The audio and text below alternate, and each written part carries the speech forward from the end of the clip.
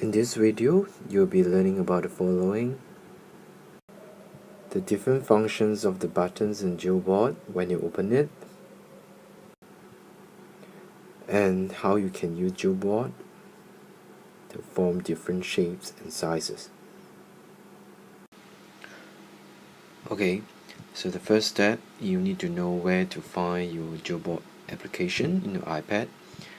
When you open your iPad, it may not be appearing in the first page of your iPad, so you need to flip to the next page to search for the Geoboard apps, which look like this that I circle in blue. After you have opened the Geoboard apps, it looks like this. Now I will introduce to you the different functions available in the Geoboard apps. So after you open it, the first colorful things that you will see will be all these that we call it rubber band, and in front of you in black in color, which I call it the Geoboard, or you can call it the main board, is the board that you will place the rubber bands on it. Now let's try putting a rubber band onto the Geoboard by pulling it onto the Geoboard, and you actually should place it on the two dots on the Geoboard as a start. After you have successfully placed it onto the Geoboard, you will see that the two dots with the rubber band placed on them will be circled, and now you can place your finger in between the two dots to pull the rubber band like shown below. So you will see that when you pull the rubber band at the center, you will see a red color circle that appears with a cross.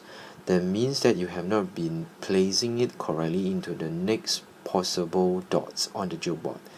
So when you moved it correctly to the correct dot on the Geoboard, it will turn green if you want to place it onto that dot to form a shape that you want. If you had done it correctly by placing it to the next possible dot on the Geoboard, like shown on the above, you will be able to form a shape. For example, in this case would be a triangle. By pulling the rubber band that was placed in between two dots again, for example, I can pull the rubber band again to another dot to form another possible shape. Guess what the shape could possibly be?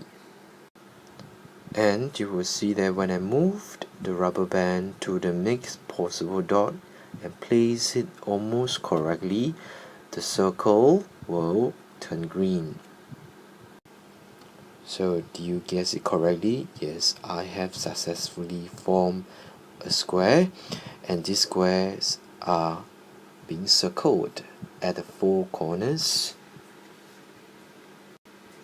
It means that I still can do more to this circle when this shape is being selected. Let me show you what else I can do to this square. So by selecting the button below the rubber band, which is this one, you can actually shape the square.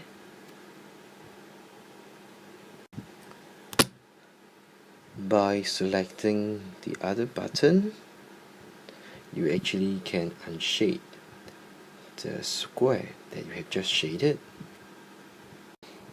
If I need to write something onto the Geoboard about the square or the shape that I have formed, I could actually click on this button here, and then once you have clicked on it, you will see this panel will appear for you to key in the numbers and the operational sign that will help you to write down anything. For example, I would like to label this square as the first square, so I'll key in 1, and you will see that the number 1 will appear in the transparent box with the 4 little squares around it.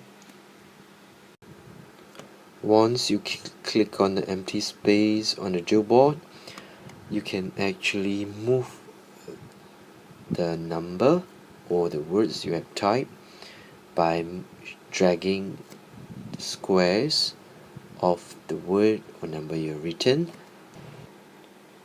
to anywhere on the Geoboard that you would like to. So when you click on the empty space on the Geoboard, you actually will unselect the word or the rubber band that you have placed on the Geoboard just now. Let me introduce you the next possible function that you could use on Geoboard, which is circle in pink here, where when I turn this pencil on, you actually will activate the function of writing at the right hand corner. So each of these buttons that you see here have different function. The first one here allow you to write randomly, where as shown like this, you can write as you wish freely on the Geoboard. Whereas the second one, which is the one I marked in blue, will be straight lines that you can draw onto the Geoboard. Third one, this one, will be changing the color of the writings that you make on Geoboard. The fourth button here will be used as an eraser function to erase all the writings slowly, whereas the last one is to erase all the writing that is available on the Geoboard. As described just now, when you click on the last button in the writing function, you'll be actually asked to clear all the current board drawing that you had done. So once you select yes, all this handwriting will be erased away. So what if I want to remove some squares that I don't want? You can actually make use of the second last button that is circled in blue here. After you have selected the item, for example this gray square that you want to remove, you will click on this recycle bin button to remove it away. And once you have clicked on the recycle bin button, the gray square selected will be removed. However, when you realize you want to clear all the work on the Geoboard, you actually can select the first button that is circled here, so that everything on the Geoboard will be clear and removed. So how do I have a larger Geoboard? You can do it by selecting the buttons that I circle in blue here. When I turn this on, you will be turning green and you will see a larger Geoboard with more dots for you to place the rubber bands.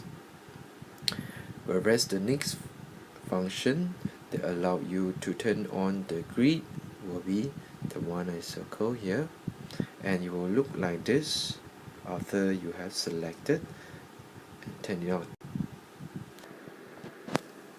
Should you have more questions, you should raise out your hand to ask me now.